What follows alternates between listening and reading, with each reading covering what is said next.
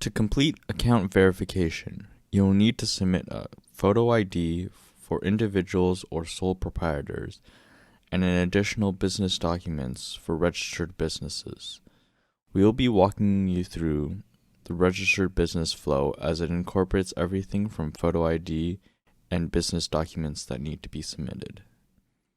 Simply input company name, country the business is located, and any document that confirms the company's legal existence. Recommended examples of relevant documents include articles of incorporation, certificate of incorporation, or certificate of good standing.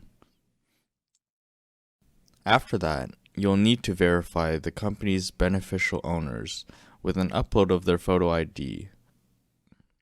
A beneficial owner being an individual who ultimately owns or controls more than 25% of a company's shares or voting rights.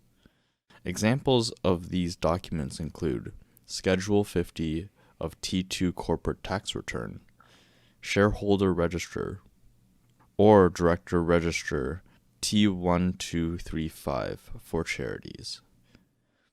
You can now check the data you have submitted and send it off to be verified. Verification of submitted documents can take up to 24 hours, and if there are any issues, please contact support@EukaPay.com. Once verified, you will be able to start accepting crypto using our various products.